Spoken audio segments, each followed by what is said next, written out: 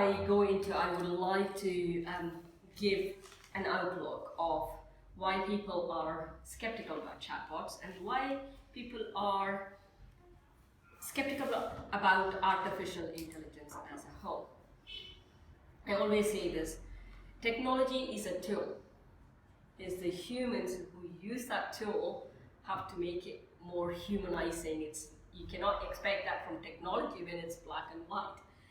For some strange reason, many people seem to think technology should be more human rather than human operating the technology should be more human.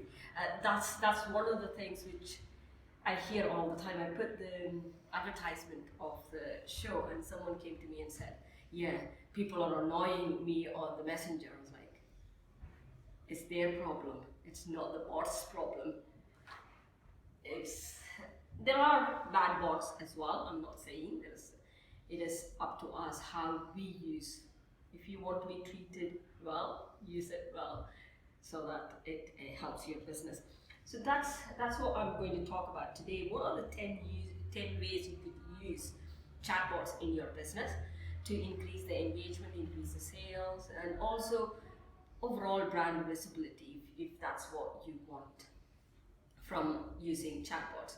Again, the most of the things which I talk about is based for Facebook Messenger as a platform. You can build free bots for Facebook Messenger. But if you need it to use out with Facebook Messenger, there are quite a few platforms which give you that access to use it on your website as well. And you can create your own bots to do certain operations. So it's up to you. If you've got a big pocket, you can go and get a developer and build. I can come and build the bot using Python or other framework as well. But this one is they've already got a platform, free platforms, which you could use and utilize and expand it. And they do have a paid version of that as well. And chatbots is about conversation. It's not about robotic conversation, it's about human conversation. It's natural language conversation. How many of you have got smart speakers at home? Like as in Amazon, Alexa or Google Home? Oh yeah. And Siri on your phone. Have you got Android phone or Android? Google Home will work on your Hey Google will work on your Android when you activate that as well. So that is in itself is a bot. It's called voice bots.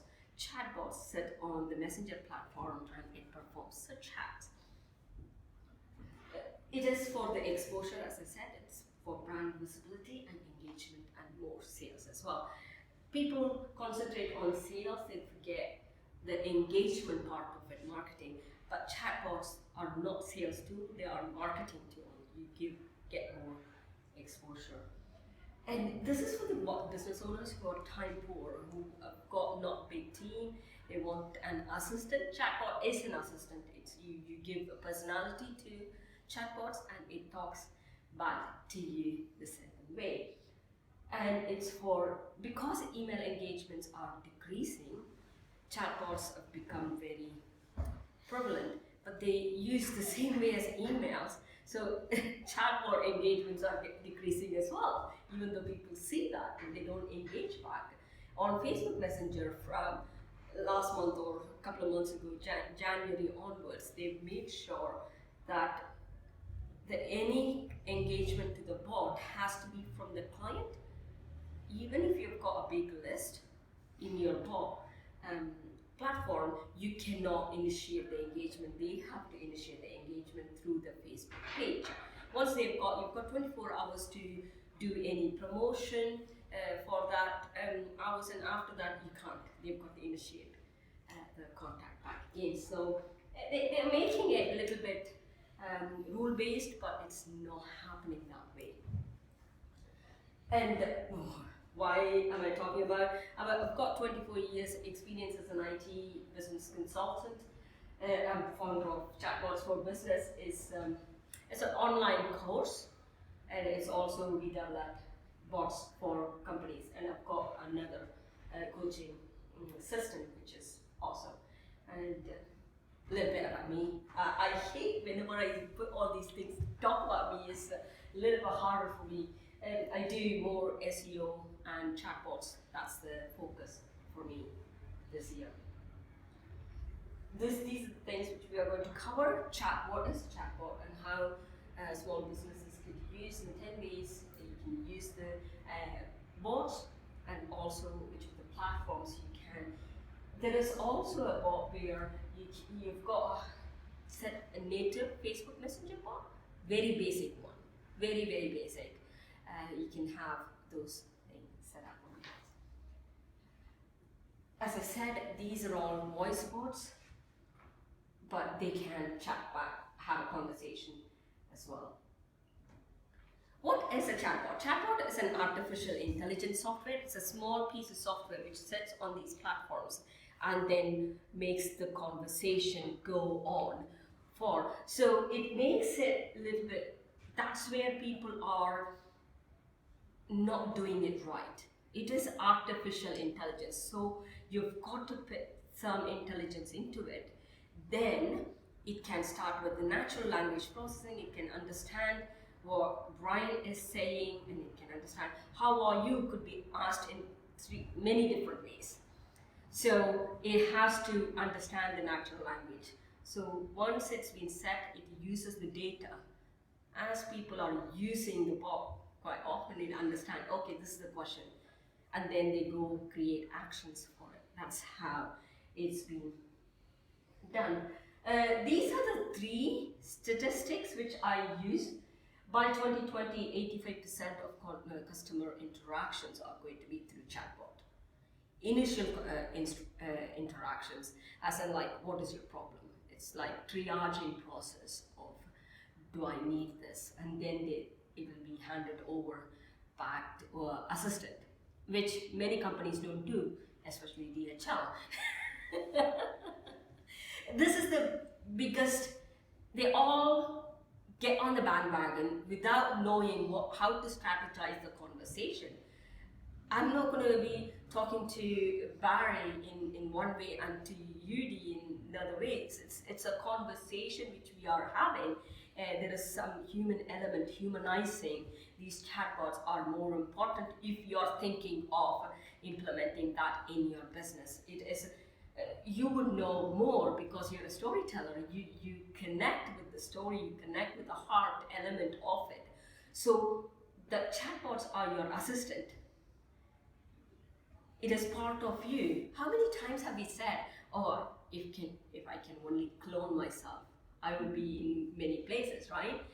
So your clones are not going to talk about how are you? Are you okay? Yes, I am going to go here. Yeah, it's not going to do it that way. It is going to be more of how you would have a conversation. So that is the personality you need to imbibe into these bots. And this is another stats which I like. It's 80% of businesses are going for chatbot automation. Again, automation has to be done with humans in mind, with empathy in your heart, to understand how the automation works. And it's not about rule-based. Up until now, it's always the automation is rule-based. If this happens, do this. If that happens, do that. It is, whereas artificial intelligence, when it goes into a company, it becomes more natural language processing because it needs more data. So have the conversation, get the data in so that it understands what the natural language looks like, what machine learning looks like, what is the deep learning looks like. These are all the fields which artificial intelligence is still evolving in. For that, you need to give the data. Whenever someone says to me, oh, artificial intelligence are going to come and get us, if you put the wrong data into the machine, it is going to come and get you. It's similar. It's like, it's nothing. If you feed it right, what is right for you may not be right for someone else. So you feed the data and then see how it evolves, and then you keep changing the aspects and other things. So email marketing versus chatbot. Again, question is, Should I just forget about email marketing and just go with chatbot? No, I would not say so, because of the other regulations within the platform. You can initiate the contact, and then you can carry on the conversation with email marketing so that they understand, okay, I've spoken to this person, he's not going to be. If your chatbot is doing a bad job of selling in the first conversation, they are never going to open the email which you send. If the conversation is more human, one of the more empathetic, then they will open the email. One of the big things which you've got to do is that bots are doing that empathy work. It's doing what your personality is, what your business is, knowing that person well. If you design a chatbot, or any bot for that matter, as an assistant to you, the person who is using it should forget that they are speaking to a machine. If you could get that one right, then everything works fine for you. I remember when it came out the first time, I used to think that somebody was actually talking to me, and then I realised that it was a computer. Yeah, it's once it becomes, you'll find out when the changes. Initial questions, you can set it up, it doesn't matter. When the deeper conversation goes on, like I ask howdy and Brian asks how are you, the computer should be able to differentiate and give me the answer which I would expect. Oh, I'm fine, thanks, how are you? Or something along that line. So when it does that, you forget that you're speaking to a bot. This is one of the best things which negative bots, or the bots which do harmful things, do very, very well. You will never know that you're speaking to a bot until your money is gone out of your bank. You would never know. That is the biggest, one of the main reason why I got into artificial intelligence is because of my cybersecurity qualification. I'm an ethical hacker. I hack into systems. The companies pay me to hack into their systems to find out what is the loophole, and we've got to report back. One of the reasons why we are very, very, bots are the biggest penetration into the network, and when it comes, we've got to be very, very vigilant. Which are the bots which are coming? Is it me, right, or is it hacker really happening, sitting at the other side, or is it just a bot they've put on the network? We've got to see that. So what happens is, that's why I said I always had, if only we could create a bot which does good things, good guys or bad guys. That's my imagination, and it become a lot more common. It has become more common for individuals, even without a technical knowledge, to create a bot to sit on a platform. So that's one of the dreams which has come true. I didn't realize that dream, but it's come true, because bots has been there since 1950. It's not the new one. People think, oh, this bot is new. No, artificial intelligence has been there since 1950. They didn't know how to make it sleek enough so that common man can use it. So if you use it properly, you would get the very good click-through rate and also open rates. Open rates is different from click-through rate. Click-through rate is if someone clicks and goes. You send an email, I open, that's open rate. And then I say, oh my God, he's asking me to click through a link that's going to be a sale. You never know when you click through that. So if you've done the good job by creating a humanized bot, or sending the email and having a good conversation with this person, the following conversation, he or she, well, or whoever opens that, would click that link to make a sale. Barry will know that very well. You cannot just go for a sale on the first run. You've got to have that relationship going on, have the emotional connection before you ask for a sale. Even you're not pushing them to get the sale, you're asking for the sale. There is a vast difference between asking for a sale and pushing someone to make a sale, isn't it? So that is what your bot should do. Your bot should be able to do that work for you, so that even in the sleep they click, oh yeah, I'm buying this, because he or she is not going to cheat me to get my money.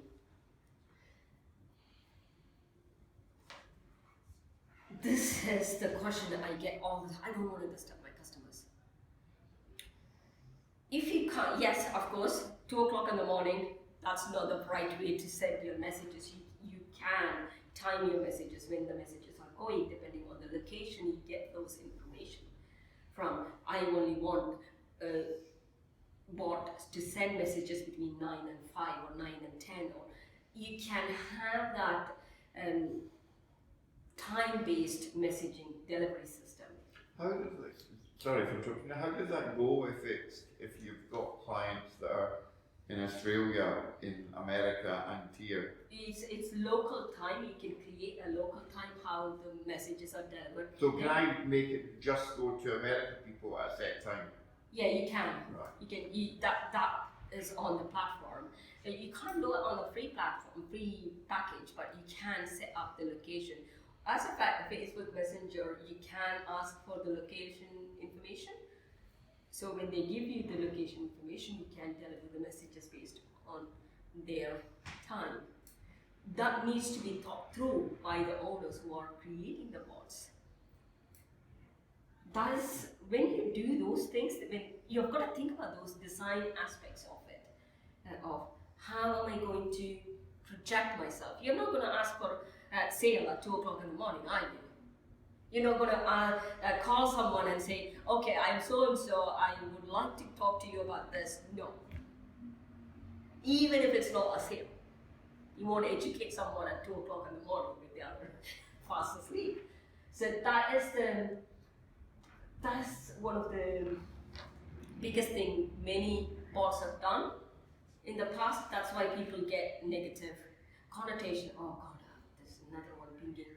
Immediately when your phone pings, most of us sleep with the phone rather than with the partners. Most of the time, whether we like it or not, we sleep with the phone. You don't want that to ping. Oh, then they'll say, oh, put it in silent. Why would I want to put it in silent? It's my phone. You don't send me the message unless it's an emergency. So that's what. Now let's look at ways to use bots in. One of the major ways bots are being used by many organizations now is customer service. It's about screening. There are people who are lonely who just use customer service number as their therapy call sessions sometimes. Unfortunately, that happens as well. Like they go on, they want to talk about this, oh, I want this and I had this problem, I had that problem. So this is going to reduce that time for a customer service person who only delivers their value, whereas the person who's seriously got the problem, not the person who forgotten to plug in their computer and their computer is not starting, or something along that, trivial. So those things are coming under FAQ. That will be dealt with chatbots. So this is what the first way you could use. I was told, correct me if I'm wrong, you're the salesperson here, 20% of the time of the salesperson are answering trivial. Is that right? Or more than that? Yeah. So if a salesperson is spending more than 20% of their time answering trivial questions, just add up that. He or she could make a good sale. There's someone who's ready to buy. They could speak to that person who is ready to buy rather than asking a trivial question of someone who is not interested, who just wanted to know, pick their brains. So you're saying the bot can ask these questions, yeah, and then just send it to you when they're yeah, ready? when they are ready to make the call. Yeah, I would like to speak to a person. I'm serious. So you can have that programming element to it and say, oh, this person is serious, would you like to make a call? And there is also one of the reasons why more salespeople are using this is because I was told that 80% of the salespeople don't return the call immediately. Is that right, stats? They get a prospective lead. It's even worse. Is it? I know it's even worse. Because they cannot, as you said, you take a business card, I'll give you a call, and you've got other things going on. You don't return. That person who taken the business card could be the person who really wants to speak to you. You've not returned the call, so he has gone to someone else to make that sale or want to buy, because we all want to buy. We are that kind of, we're done. We are buying the ideas, we are buying someone's talking to us, we are always consuming something from someone. So if we are doing that, if I am the first person to respond back, you get that connection going. Oh yeah, I asked, that person treats me more like I would like to be treated. He's responded to a question which I asked. I've sold it there. This is the stats, which is, I'm not saying, but this is stats, which why salespeople use these bots. So they initiate the conversation, they have the conversation going, and then they can divert back a salesperson who could close the sale. This is the first way of prospecting. I didn't realize I did precedent. And marketing campaigns. Chatbots our chatbots are marketing tool. As I said, it's marketing. It's educating your clients or your customers about your products and services. So it could be used in your marketing campaign quite effectively because you spend quite a lot of time doing the marketing. If we say marketing and sales, 80% is done in the marketing and then goes to sales. So if that is if I want to put numbers in your head, is 80% is marketing and 20% is sale. If you've done the marketing well, closing the sale should happen automatically, if I'm not being very bossy about that. So these are the things which you could do. You can do the launches. You can send an offer about certain products doing, or samples even. Oh, we are doing these samples. If you want to come into our store, or you can order on this particular link. And contests and challenges. This happened even at least 5-6 years ago. These contests and challenges have not been happening in big corporations. It was only happening in the smaller or new startups. That's where they were doing. But now all companies are into contests and challenges because it kind of triggers in your brain, I want to win that. Even if you're not competitive in your own way, you kind of get that zap of energy. Oh, I want to do this. Even to prove to yourself I can do it. You're not proving to anyone else. So these are one of those. And as I said, you can educate, you can give a demo of your product. As a salesperson, if he's going into and spending 1 hour of his or her time demoing their product, they can very well say, okay, this is. And when they go in person, they can take it from that point. You must have seen this demo. If you've not seen it, this is what we are. So that almost triggers them because the salesperson is not spending that much time demoing the product again. So they can go and, they've got some information now, they can go and have a look at it at the later time or show it to their partner, because many a times is it that, oh, I've got to speak to my partner whether he or she is agreeing to it. Classic objection. Yeah, that's a classic objection. So if you've done the demo, you've almost, even after that, oh yeah, I really would like to speak to you. If that is an objection, please go and have a look at the demo. So you're almost making sure that your closing sale is nearer rather than further away. Yeah? And post sales, this is most important. A marketing person has done the job, you've converted into sale, and then you think, oh my god, the support, if support is not there, word of mouth is still the biggest motivator for someone to buy a product. So if post sales is not happening right, then word of mouth goes out of window. It can turn into negative as well. Like, oh my god, I would never buy a product from this person. How many of us have told this? What you spend n number of amount in buying that product, you wanted that product, you want to use that product, but immediately when your sales, post sales is not happening right, you think, god, this is just a waste of money. That you can sort out quite quickly. It's not that they don't want to. Most of the companies who sell, it's not that they intention not to deliver post-sales support. They got all intention to deliver the post-sales support, but the problem is they don't have staff. They're not able to get to the demand which they are in. Post-sales, doing chatbots, doing post-sales would be a lot easier for you to. And information sharing. This is quite big on nowadays because of the Facebook Messenger 24 hours window, where you cannot do any promotion after the 24 hours window because you can do information selling. Or it's we are recalling this product, or we are giving away other things, something which doesn't have any offer in it.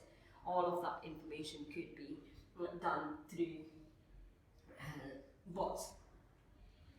This is one of the, I've got a very good example. One of my client, he had a Shopify store. He was doing this, he gets product from China, and he was selling, and most of his products were, the maximum is $19.99 is his product sale.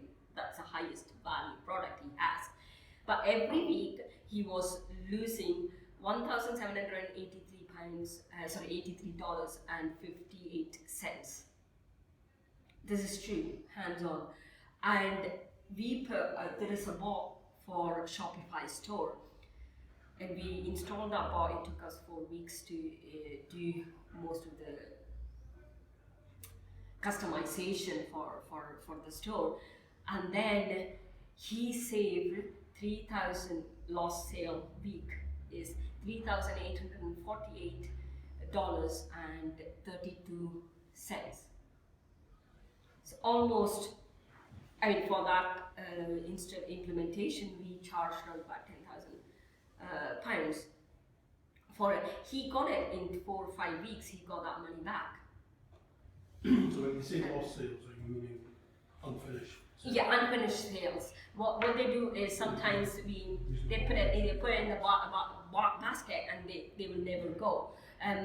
Even then, the strategy we used was, well, immediately 1 hour, if they're not closing the sale, we will send them a coupon saying, if you use this coupon in next 30 minutes, you would get 10% off. He didn't get 100% sale of that, all the recovered sale. The sale was only 62% like recovered. When I talk about numbers, it's only 62% of the recovery of the lost sales. Even that. So we were thinking, how did we calculate in the first place that it was $1,783? Because there are other things which are going on as well. When they do the sale, immediately you get another one. Oh yeah, that's been recommended, I'm going to go. And if they go on, they've got other things going there as well. So this is one of the things which not many e-commerce sites are looking at. I don't know any of you if you're e-commerce or if you know anyone, please do let them know that they can do this on their platform. And appointment booking, if you're a coach consultant, appointment booking is one of the biggest thing which you could do with your bot, so that you're not no turn ups at the last minute. Oh, did I book it?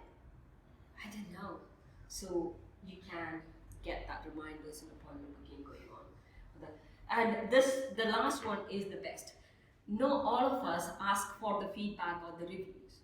Even you do speaking, I do speaking as well. We don't ask for the reviews, and reviews makes important ranking factor even on good search engines. It's true, innit? We do it so much. It's like even the foresights. I keep meaning to ask people when they go on. Yeah, and it's leave the review. If you've got a bot which is asking for review every other week or every set up, not every day. Don't pester them. They might give you the negative review. If you give them an understanding of this is how you need to write, because it's not their intention not to write review. They don't know what to say most of the time, and it's like, okay, am I going to talk too much? You can even say these are the examples of the reviews which you could write, which makes it almost easier for them to write, and also you got what you want as a review from someone. I might have done something and they've understood something else, but when they give the review, that's not the review I want. I can't go and tell them what they should be writing. If you give them a template of saying, okay, these are the things, they can. Or what you could do is you can ask a survey questions or 4 questions. How did we do it? So you take that and turn it into review and put it. Oh, this is what you asked. We asked and you told. Is that right for us to publish it? So you almost do the GDPR side of things as well. That they are giving you the permission to use your review. You've got 100% confirmation that they. You said, and they can't complain that's not my review either. So that's what it's all about, and these are the 4 platforms. These are the 4 platforms I create bots on. Facebook native, anyone can go and create Facebook native. They're creating the API which they are doing for. It's been stopped, but you can create on Chatfuel, MiniChat, and Mobile Monkey. Chatfuel is more developer centric. You do need a little bit of a tech savvy aspect to it, whereas MiniChat and Mobile Monkey is a lot easier, even if you're not a techie savvy person who knows how to process, put together a business process, then you can use these. And all 3 of them have got free tier. And what free? Chatfuel? All Chatfuel, MiniChat, and Mobile Monkey, they all have free tier, which you could start using, setting up the welcome message, setting up very basic aspects of bot on their platform. Can I ask you a question? Yeah. You know the Facebook one? Mm-hmm. I have got people that have started contacting me over the last 2 months. Yeah. I remember trying to set it up on Facebook, and then I lost it, right? And I've got people now contacting me saying, what's this bot about that we are getting popping up? Where do I go and find this? Because I've set something up and I don't know where it is. And it's people, in the messaging side of it. I'll send you a link to I've the set it video up which I did. somewhere, and some people are getting this bot, when they're trying to message me, they're getting a bot, but I don't know what I've done. You can unsubscribe to they can unsubscribe to the bot. Maybe you've not set it up right. It's a third party. If you've used any of these platforms, or if it's the Facebook in itself, you will not be charged, or you will not be a red mark against it if it's a Facebook native. But other 3, you've got all chances of Facebook. No, I'll have a look at, or if you send me which page they are getting the bot. Yeah, I need to find out.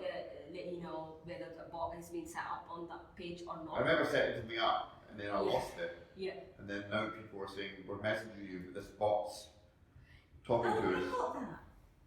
Yeah, it was It you. was me. It was you, sorry. Do you know what page it was on? It was done through Messenger. Yeah, but what Okay, page? which page? I- Messenger bot Was it- can was it sit on only this on the social- page. Was it No, on? I was just sending you a message, and as soon as I sent the message, I got the bot back. I think it's another Brian Morrison account. I've got a few. Yeah. I don't know what I've done. Yeah, so just Yeah, it was list you. down what your pages are. One thing, Facebook Messenger bot cannot, as the name goes, it can only sit on the messenger, and that messenger has to be connected to the Facebook page, not to your profile. Bot cannot sit on a profile, bot cannot sit on your groups, has to be on the page. So I need to go and find my pages and then Yeah. find out what one Yeah, it is. it will never sit on the It group. must be this social community because that's a page. It might be that. Okay. So you need to go and find out and unlink the. You must have set it using ManyChat. Many use ManyChat because it's a lot easier to set ManyChat. Bot. So as I said, I do create bots on all these platforms and more as well. But these are the platforms which is cost effective for small business owners. So I create them, and you can create as well. That's what my course is all about, and all of that, and it's not being published yet. Who wants a trick or a tactic? I ask this question because everyone says yes, so I assume they're saying me to say yes. So don't say no. No. Facebook. If you run Facebook ads for your business, you having a bot would benefit you more because you've almost got Facebook out of your backside and use the bot, so you can do a few things if it's connected to an ad, Facebook ad. So it makes it a lot more easier and cost effective to run have a chatbot when you've got Facebook ads going on, Facebook campaign going on, ads campaign going on as well, which can save you money on your Facebook ads as well, because you've got. I've heard so many people saying that the people that advertise on Facebook, the Facebook ads, that bots, since bots come out, they're making so much more. Yeah, it is because you can carry on the conversation. You've gotten rid of that rule where you cannot promote your product beyond 24 hours rule of Facebook Messenger or Facebook out of the way. You've paid for that. You've got all rights to use the bot the way you want to use the bot. So it is one of the things not many people think about it. And you've got to set bot in a certain way so that you use it in your benefit. That's always the thing that the industry people know. that's the difference. You know when you are getting into it. So lastly, it gets a return on investment, as I said, and these are some demos. Okay.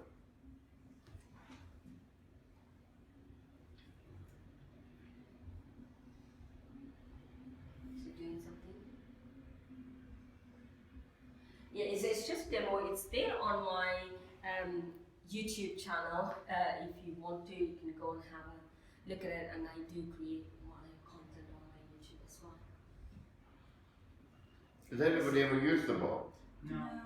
Have you ever said hello to a bot? I've used it as a consumer, Yeah. definitely. So I joined it recently with Starling Bank, Mm-hmm. and they've been really excellent. But for me, one of the pet peeves I had with RBS was, only getting so far online until you had to go into a branch. They were shutting down more branches. That involved going to the town centres and blah blah blah.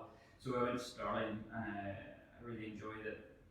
One in the morning, if I've got an issue, I can just start. I know it's a bot, but it solves my problems. And Yeah, that's one of the main things which many banks create their own bot is because course, they have to create they won't use any of these platforms, open platforms.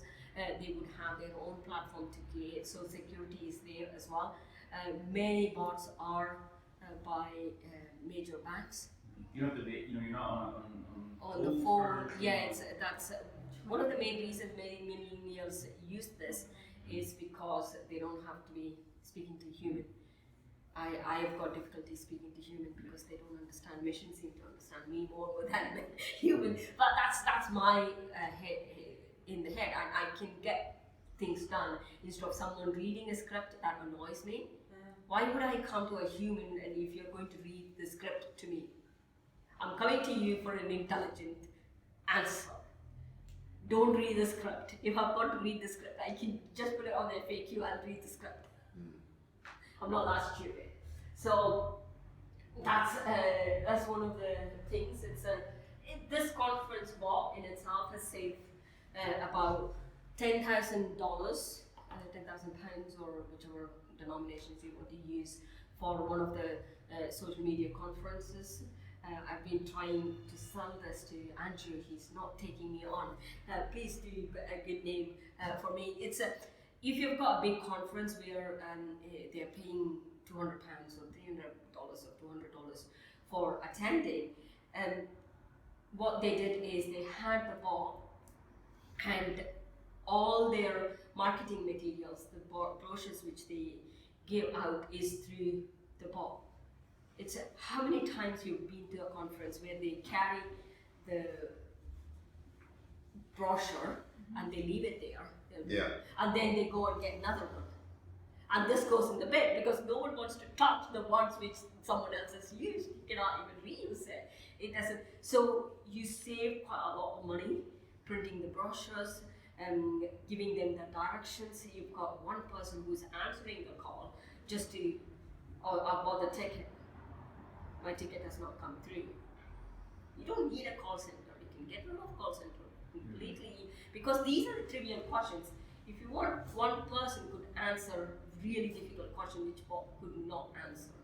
It's taken away people's real jobs, but in the other It's hand, not the real job. it's saving businesses money. Yeah, I would not say real jobs as well. I completely agree with what you're saying. It might have taken the call center. In first place, that should not be there. Yeah. It's, Why do you say that, Sudha? excuse me? Why do you say that? Because there are trivial questions. Those people are intelligent humans. They should be doing more intelligent work instead of reading the script out. I tell you, I come from India. People who are engineers are in the call center reading out the freaking. You can tell it's a script. Because BT have just decided now they're setting up, they're interviewing this week, they're no longer using India. Because it is not fair. It is not fair to those humans. You're underpaying them, number one, and number two, you're treating their intelligence like a piece of shite. Sorry about the language, but that's the truth. Yeah. You don't have any rights to undermine people's talents. No one. Whether you're a business or no, I'm not bothered. How would you feel if that is the case? And it's not only that. It's the only person who's benefiting from all of this is that business, which is a capitalist idea. The customers of that business are so fed up listening to a person who doesn't understand what they are talking about, and they change the whole frigging name which they are known for. Sudha is named as Sue, and it would be nice if someone makes it easier, but I don't want to be called Sue. It's true, man. I've rang up some companies and you can tell that they may be from another country and they're reading a script. Oh, absolutely. And then as soon as you say something that's off guard and ask a question, they're lost because the script doesn't tell them. Because these are the difficulties. I'm not saying don't give job to send out offshore. That's not my point. That's my, people have to benefit from this. When you spend £10 here, you might give them $5 there. That's okay to an extent. as long as you're not undermining those people. It's like become like a zero contract. But this could still do half the job. Yeah. And then And they hand it over, and you still can employ people in your country who you might be spending the same money in the country, and I feel for it. I agree with you to a degree. Yeah. I think, and this is just a personal view, Yeah, you go. like where if you take society in this country as an example, I think we're at a pivot where technology is starting to get ahead of where society is. You know, if you take my 80-year-old father, you know, he can't deal with navigating through an automated bot, for example. He also struggles with an offshore call centre when actually he just wants to speak to a human being that can answer his question. Yeah. I can kind of sympathise that because as somebody quickly heading towards 50, my tolerance for those kind of situations is waning quite quickly. But you take the generation beyond me, take the millennials, the Gen Xers and the Gen Zers especially. Yeah.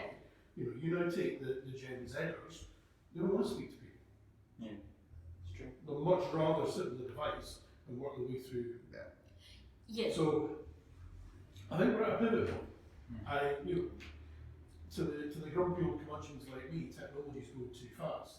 But to those that are in the 30s and 20s, then actually they're now shunning the human contact. it's like networking. I love networking, like face to face and that. And I love the parts of digital marketing that can not to take that away, but to help us get more business from others. But I think some of it is going too fast. Yeah, I totally agree. I love technology. I am not in. I would like to be in Zers, but I'm not in Gen Z. Many a times I do behave like Gen Z. No, That's different story. But it does sometimes feel like I knew. That is why I am so banging on about have the personality to your ball. If you say I would like to speak to human at any point, human please or human agent, it should hand it over to my call center. You've got to prepare. You cannot force people. Many organizations are forcing people as in the name of automation, which is. We've got this. I mean, I'm with Barry. I'm a Luddite. If I've got a problem with something, I want to speak to a human being about it. Because my question might not be what's on this script, and I want to have a proper conversation about the product. We've actually left 2 suppliers of internet and house phones because we had the problem. Yeah. It wasn't that we had the problem, it's just that they were too incompetent to fix it. Yeah. Because the person on the end was just a script reader, and they weren't just went blew him in the face trying to get this person to listen to what I was saying to them, and they weren't listening. They weren't interested. So we left them. We left 2 major home internet service providers not because of when it was going well, but when it didn't go well, they were just incompetent. I think everybody was shocked with BT when they found out that BT were doing it. It's not. That's the thing. BT and HSBC with the 2 culprits. These 2, because I know. So these are the 2 culprits who did everything wrong. What call center should be like. BT's been interviewing like crazy this week. Oh like crazy for new call centers. Don't lose sight of today. You know, sitting here in 2020. Whilst many of those decisions in the past would have been driven by the opportunity to save cost, the challenge and the opportunity today is somewhat different, and particularly where you look at the labour-intensive customer service roles. So you look at hospitality, retail, travel. It's not so much a drive to drive down costs and save recruitment and training costs. The challenge now, in many cases, is actually the talent pool no longer exists to recruit from. Therefore, how many of these routine procedural processes can we automate? And NHS is looking at creating bots for some of their triaging process of how to whom to send out to. The biggest challenge is with artificial intelligence, and it can analyze large number of data in fraction of second. So it has got that enticing factor in it, which human brain can only analyze certain patterns, even if you're a superhuman, because we are only using 1% of our brain. Yeah, but as you say, it's only as super as the mind that programs it. Yeah. No, It's a human being who's I given go it the step data. further actually, Leslie, it's only as good as the human brain that's using it. using it. Yeah. Yeah. It is. So yes, We are not. there are big challenges in terms of configuration and setup. Yeah. I think the bigger challenge is that human interface when my 80-year-old father is Yeah. trying to check in for his doctor's appointment. And I it is. have difficulty with it. It I is have also. the- Yeah. It Usually is like to also. take